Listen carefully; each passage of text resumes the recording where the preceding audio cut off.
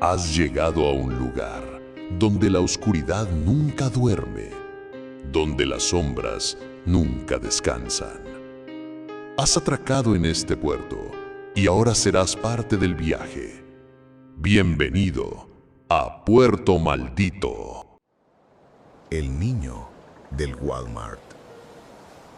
En el corazón del puerto, donde las luces nunca se apagan y el bullicio parece eterno, se levanta uno de los supermercados más concurridos de la ciudad, el Walmart. Pero pocos saben, o prefieren no hablar, del oscuro secreto que yace bajo sus cimientos. Mucho antes de que se construyeran las bodegas y los pasillos llenos de productos, ese terreno fue escenario de una tragedia que marcó al puerto para siempre.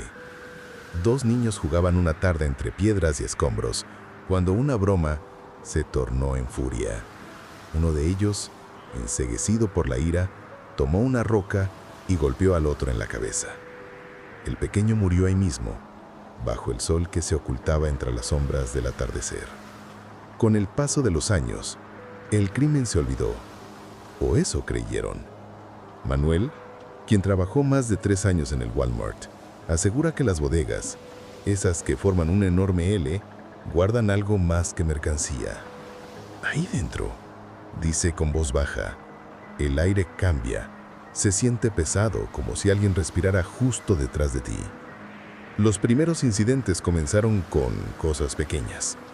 Cajas que se caían solas, herramientas que desaparecían, sombras que cruzaban en la puerta del pasillo de mariscos. Pero pronto, el miedo se volvió rutina. Una noche, mientras un grupo de 4 empleados entarimaba mercancía, una pila completa de cajas se desplomó sin razón. Uno de ellos resultó herido. Curiosamente, aquel mismo hombre solía burlarse del supuesto fantasma del niño. Decía que si existía, al menos ayudara a cargar. Desde ese accidente, nadie volvió a mencionarlo en voz alta. A un guardia casi le cayó encima una base de cama de madera, movida, según él, por una fuerza invisible. Y en otra ocasión, los monitores de seguridad mostraron cómo los televisores del área de electrónica se encendieron solos por ahí de las 3 de la mañana, todos al mismo tiempo. El pasillo de juguetes es, sin duda, el más temido. Cada mañana el personal de limpieza encuentra las pelotas rodando por el suelo, aunque las cámaras nunca registran a nadie tocándolas. Como si alguien jugara en la oscuridad, murmuran. Una cajera cuenta que una madrugada, al entrar por la panadería, vio a un niño corriendo, riendo con una malicia imposible de olvidar. Tenía los ojos muy abiertos, dice, como si esperara que lo siguiera. Pero el suceso más aterrador ocurrió en los baños comunitarios. Una joven paqueterita, justo antes del cierre, decidió tomarse un par de selfies frente al espejo. En la segunda foto, detrás de ella, se distingue claramente la figura de un niño pequeño, asomado entre las puertas de los cubículos. No había nadie más ahí. Salió gritando, llorando, y al revisar las cámaras, nada. El pasillo estaba vacío. Nunca entró ningún niño. Los empleados nuevos escuchan las historias con escepticismo, pero bastan unas cuantas noches en la bodega para que cambien de opinión. Algunos dicen haber oído risas entre los estantes, otros aseguran haber sentido una mano pequeña tomarles la yuna. Nadie sabe con certeza si el espíritu que ronda el Walmart es el del niño asesinado, o si algo más oscuro se alimentó de aquella tragedia. Lo único seguro es que, cada tanto, al caer la noche, una pelota de plástico rueda sola desde el fondo del pasillo de juguetes hasta detenerse justo frente a los pies de quien se atreva a mirar. Y a veces, solo a veces, una voz infantil susurra: ¿quieres jugar conmigo? Las niñas del IMSS, calle 10. Buenas noches. No suelo contar este tipo de cosas, pero lo que voy a relatar ocurrió realmente. Queda a criterio de cada quien creerlo o no. Soy trabajador del IMSS de la calle 10 y por falta de personal, a veces me toca cubrir el turno nocturno en el área de urgencias.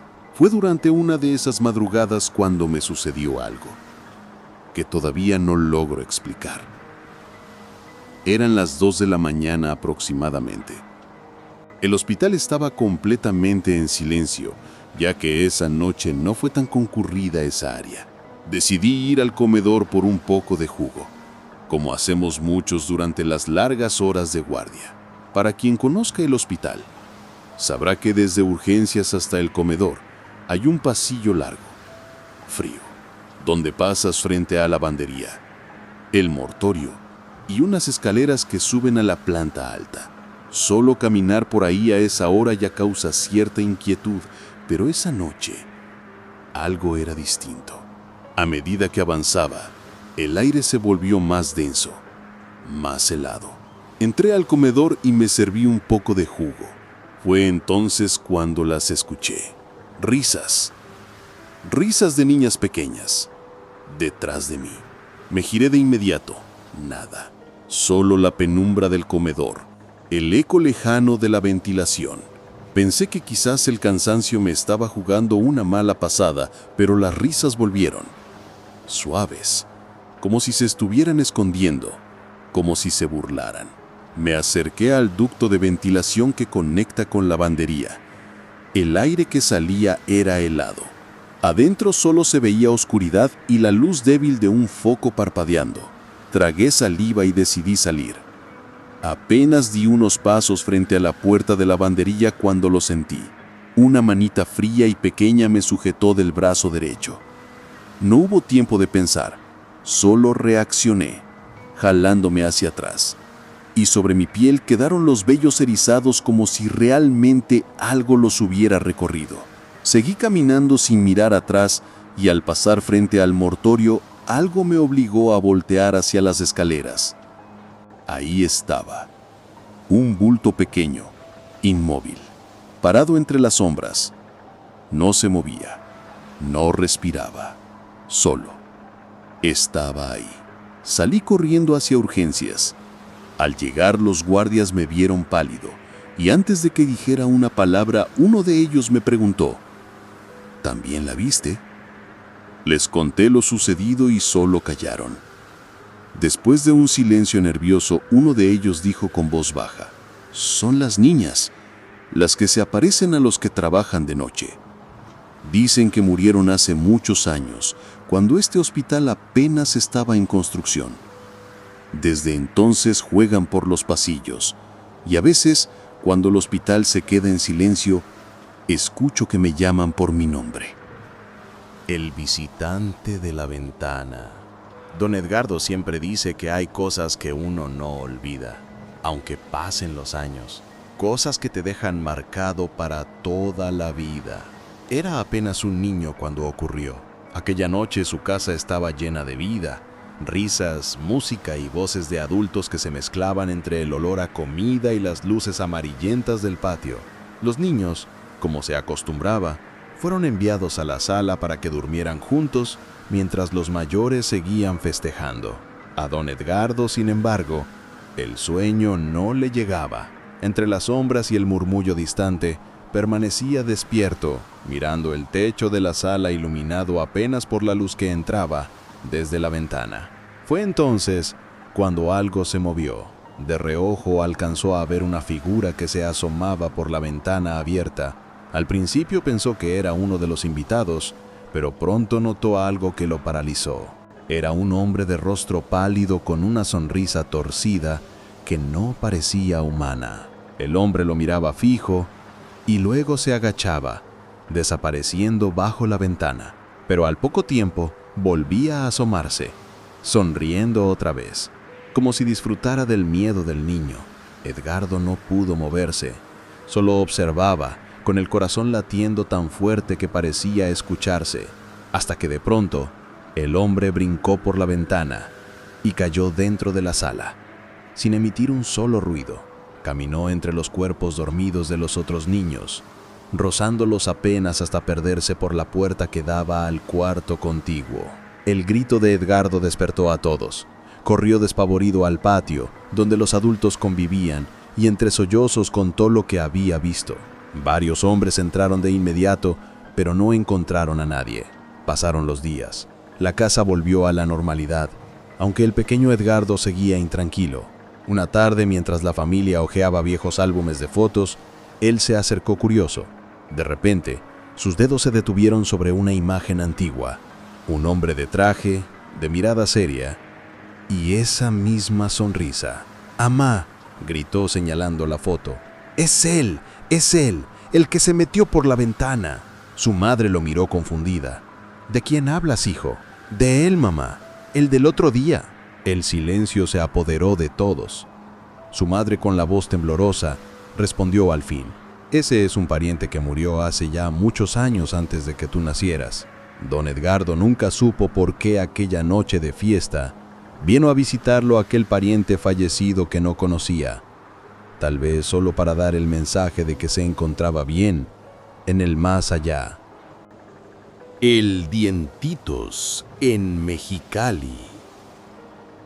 En los campos polvorientos del valle de Mexicali, donde el viento levanta tierra y los caminos parecen no tener fin, corre una historia que los viejos jornaleros aún cuentan con voz temblorosa cuando cae la noche. Dicen que todo comenzó una madrugada, cuando un grupo de trabajadores regresaba del campo después de una larga jornada. El patrón los había hecho quedarse más tiempo para cumplir con una entrega, y al salir, la luna ya se alzaba sobre los surcos secos, iluminando apenas el sendero de regreso al pueblo. Eran 4 hombres caminando en fila, cansados, con las botas llenas de polvo y las manos aún oliendo a tierra húmeda. El silencio era tan profundo que solo se escuchaba el roce del viento entre los mezquites. Hasta que uno de ellos se detuvo en seco. ¿Vieron eso?, preguntó apuntando a un bulto tirado en medio del camino. Al principio pensaron que era un trapo o algún animal muerto, pero entonces el bulto se movió y de pronto lloró. Era el llanto de un bebé. El más joven del grupo, conmovido, corrió hacia él y lo levantó entre sus brazos. Era un pequeño envuelto en una manta vieja, con la piel pálida y los ojos cerrados. «¡Pobre criatura! ¿Quién puede dejar así a un niño?», dijo otro, persinándose. Decidieron llevárselo al pueblo, pero a medida que caminaban, el bebé parecía volverse más y más pesado. El hombre que lo cargaba comenzó a jadear. El niño ya no lloraba, solo respiraba profundamente con un sonido ronco, casi animal. El silencio se volvió insoportable. Y entonces una voz infantil, distorsionada, rompió la calma. «¡Mira, papá! ¡Ya me salieron dientitos!». El jornalero miró hacia el rostro del bebé, y lo que vio lo dejó paralizado. El pequeño tenía una sonrisa grotesca, llena de dientes largos y afilados como cuchillas. Sus ojos, antes cerrados, brillaban con un tono rojizo bajo la luz de la luna. «¡Dios mío!», gritó el hombre, lanzando aquella cosa al suelo. El niño cayó con un chillido agudo que retumbó entre los campos y comenzó a retorcerse, riendo con un sonido que no era humano. Los jornaleros corrieron sin mirar atrás, tropezando con piedras, dejando sus herramientas tiradas en el camino. Cuando por fin se detuvieron, jadeantes, no se atrevieron a hablar. Solo se escuchaba el zumbido del viento, hasta que, desde muy lejos, volvió a oírse el llanto del bebé. Dicen que desde esa noche ningún trabajador quiso volver a cruzar esos campos después del anochecer. Los traileros que pasan por la zona aseguran que, de vez en cuando, ven un pequeño bulto a un costado del camino y si bajan la velocidad, pueden escuchar un llanto suave, como pidiendo ayuda. Pero aquellos que se atreven a detenerse juran que al mirar por la ventana ven un rostro infantil pegado al cristal, sonriendo con dientes largos y afilados como agujas. Y si tienes la mala suerte de escuchar en medio del silencio esa voz diciendo Mira, papá, ya me salieron dientitos. Reza lo que sepas, porque el demonio ya te encontró. El tesoro maldito de San Carlos. Cuentan que cuando el Hotel Posada de San Carlos vivía su mejor época, todo el lugar parecía respirar vida y alegría. Las playas se llenaban, las luces no se apagaban y las noches olían a mar y verano. Pero no todo en aquel rincón era sol y fiesta. Entre quienes trabajaban allí estaba Gris, la gerente del hotel. Mujer seria, trabajadora, madre de 2 niñas que apenas comenzaban la adolescencia. El dueño, al verla ir y venir todos los días desde Guaymas, le ofreció ayudarla a comprar una pequeña casa en San Carlos. ¿Aceptó? Sin imaginar que esa decisión marcaría su destino. La casa quedaba a orillas del cerrito frente al Marinaterra, siendo una construcción no reciente, ya que fue de las primeras casas que hubo cerca, con ventanales grandes, una chimenea antigua y vista al mar. Al principio todo era calma, pero pronto la calma se transformó en miedo. Una noche fría de febrero, Gris llegó agotada del trabajo, cenó con sus hijas y se fue a dormir. Pasada la medianoche, un frío helado la despertó, de esos que no solo entumecen la piel, sino también el alma. Pensó que la ventana del baño se había quedado abierta, como ya había pasado en otras ocasiones. Tomó una escoba, ya que era techo alto, y era la única manera de alcanzarla, pero al entrar, la ventana estaba cerrada, a lo que se le hizo extraño. Caminó al pasillo que daba hacia la sala, y vio algo que la hizo detener el aliento. El gran ventanal estaba abierto de par en par, las cortinas agitándose por el viento marino. Lo primero que pensó fue que alguien se había metido, quién sabe con qué intención. Despertó a sus hijas en silencio y les ordenó esconderse en el closet. Luego tomó el barrote de madera que guardaba detrás de la puerta de su dormitorio y comenzó a revisar cada habitación. Y nada. Todo en orden. Ningún ruido, ninguna sombra, ningún detalle de que alguien estuviera dentro. Pero al regresar al pasillo, el ventanal que antes agitaba las cortinas con aquel viento helado, estaba cerrado con las cortinas quietas. Pero la sorpresa fue que la puerta principal, aquella que había cerrado antes con 3 cerrojos, ahora estaba abierta. El miedo la paralizó unos segundos.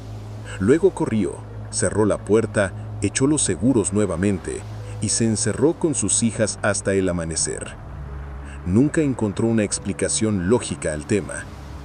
Con el tiempo las cosas empeoraron. La vecina de al lado juraba escuchar ruidos violentos, gritos, golpes, trastes quebrándose. A veces pensaba que Gris se peleaba con alguien, pero cuando se asomaban, la casa estaba vacía y en silencio. Y al revés también pasaba. Gris llamaba a su vecina para saber si todo estaba bien, pues creía oír discusiones y objetos cayendo del otro lado. Ambas sabían, en el fondo, que algo más se movía entre sus paredes. Años después, Gris decidió vender la casa y regresar a Guaymas. Un conocido suyo, un estadounidense al que llamaremos Mr. Michael, se interesó por la propiedad.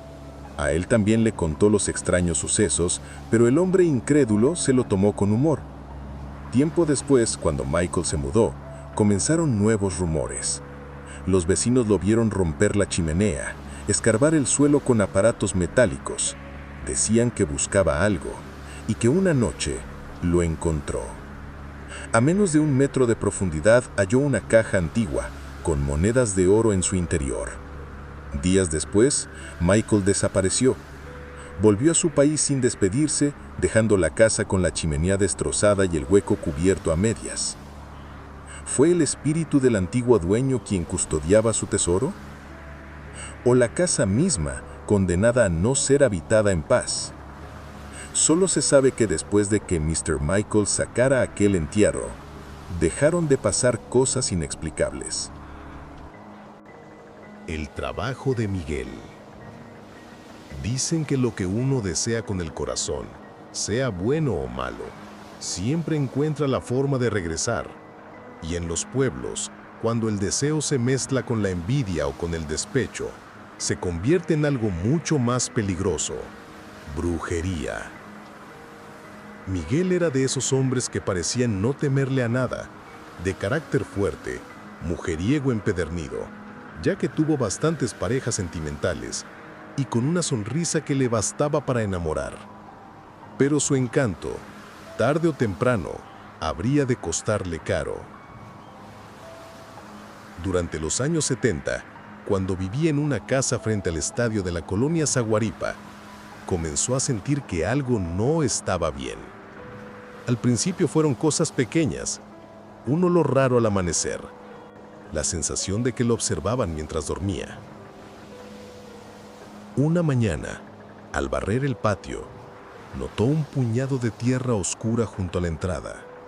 Era húmeda, con un olor penetrante, como a flores marchitas y metal. Dicen los que saben que esa es tierra de panteón y que nadie la deja ahí por accidente.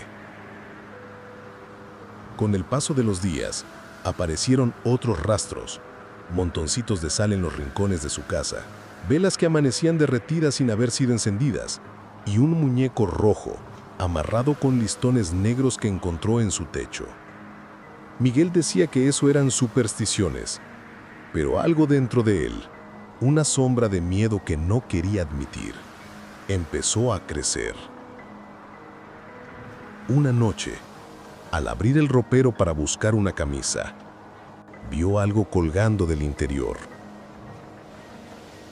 Era una cabeza de gato, aún fresca, aún goteando sangre. El olor a hierro y podredumbre le revolvió el estómago. Gritó, llamó a su pareja, pero cuando ella llegó, no había nada. El ropero estaba vacío, limpio, como si nada hubiera ocurrido. Esa fue la primera vez que Miguel sintió un miedo inexplicable.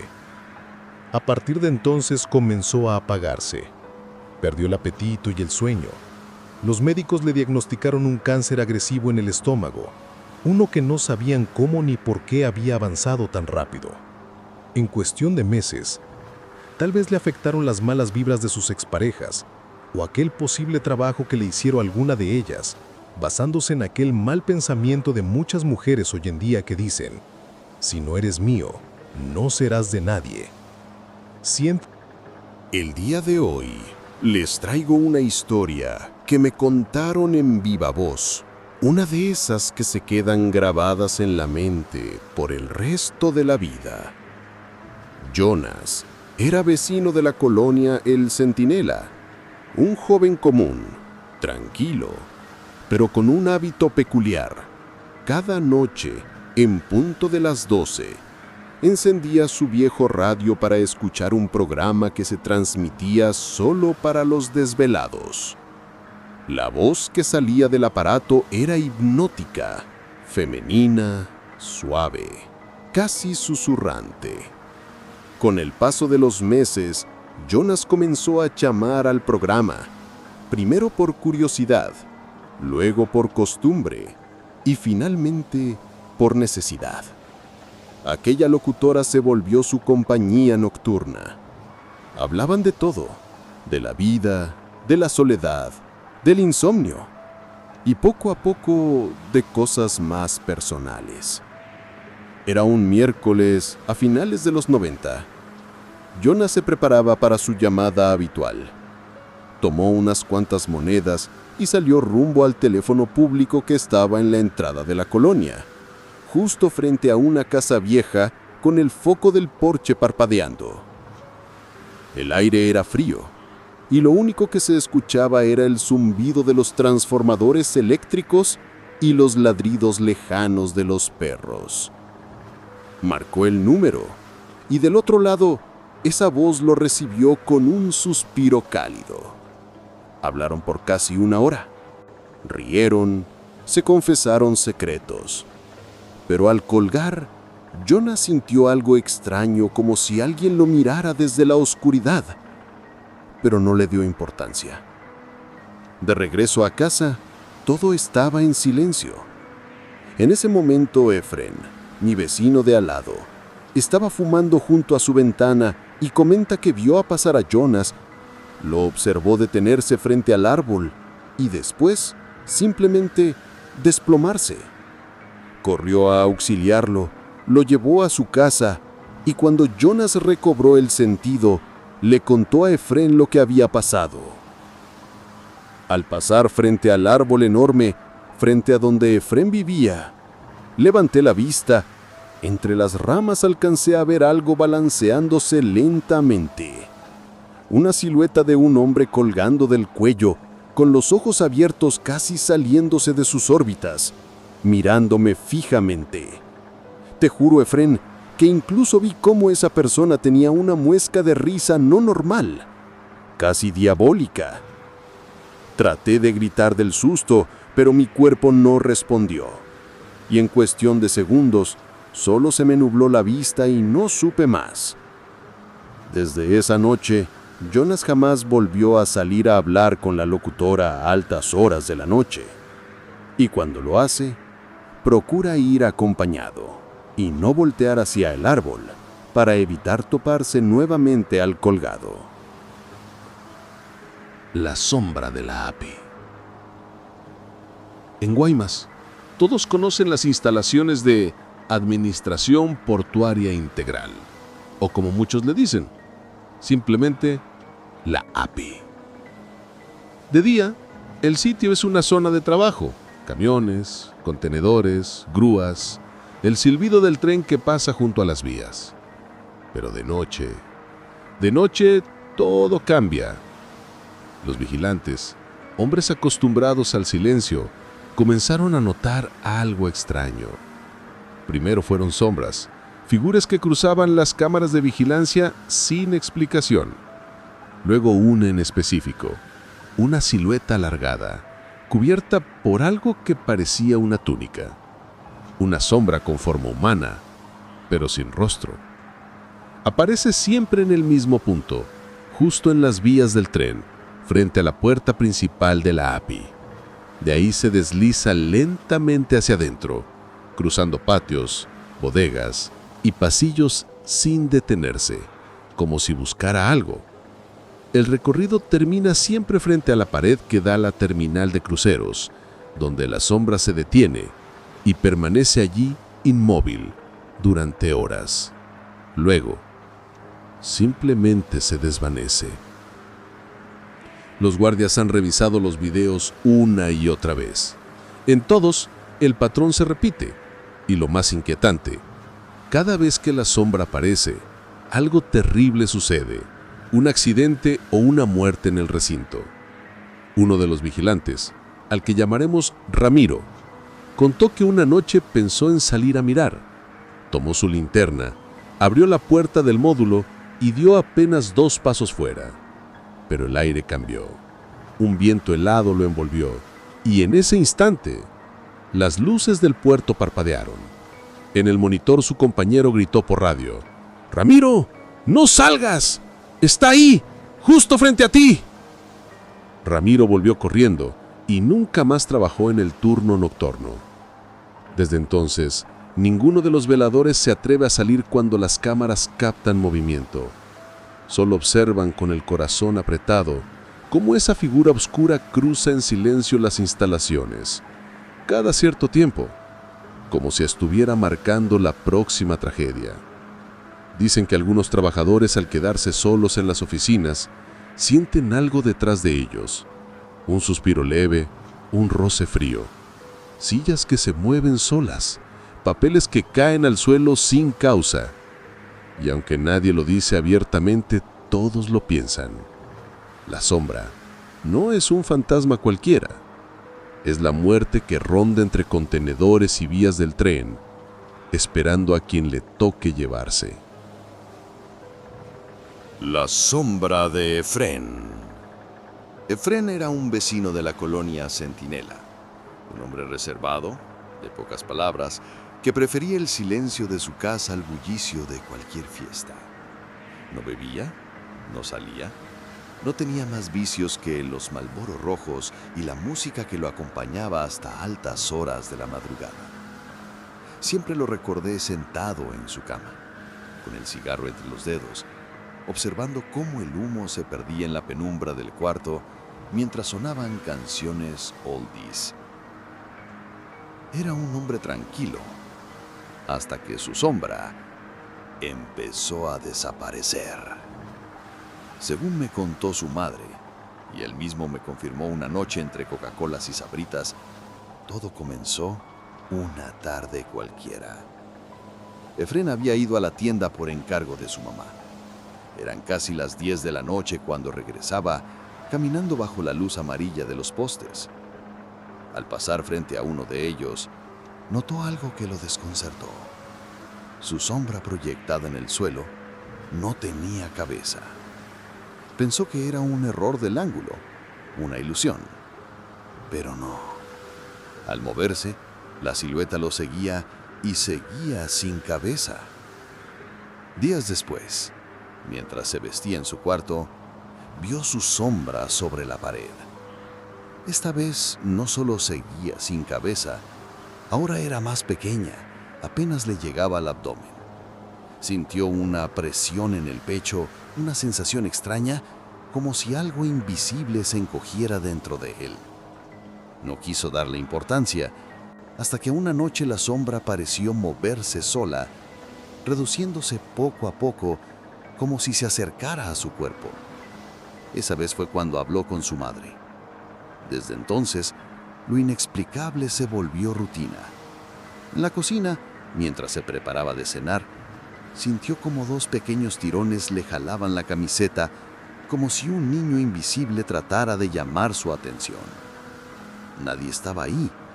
A veces escuchaba rasguños en la ventana, otros días un susurro que venía del patio. Pero lo peor ocurrió una noche de sábado. Su madre cocinaba y Efrén esperaba sentado en la mesa. De pronto, gritó y llevó las manos al rostro, empezó a rascarse la cara con desesperación, gritando que algo se le incrustaba, que sentía la piel llena de alfileres, que le escurría sangre. Su madre corrió hacia él, pero no había ni una sola marca. Fue entonces cuando ella recordó un viejo escapulario que había guardado desde su juventud. Decían que pertenecía a su bisabuela y que servía para alejar el mal si se usaba con fe, ya que estaba bendito. Sin dudarlo, se lo colgó al cuello a Efrén. Esa misma noche, todo se calmó. No más sombras, no más jalones, no más susurros. Durante semanas, volvió la paz a la casa.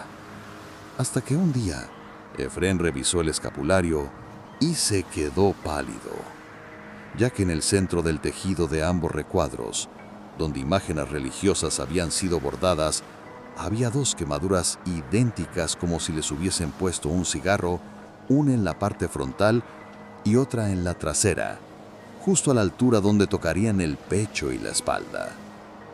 Como si algo hubiese atravesado por ambos lados, o simplemente el escapulario hubiese absorbido todo aquel mal que rondaba a Efrén.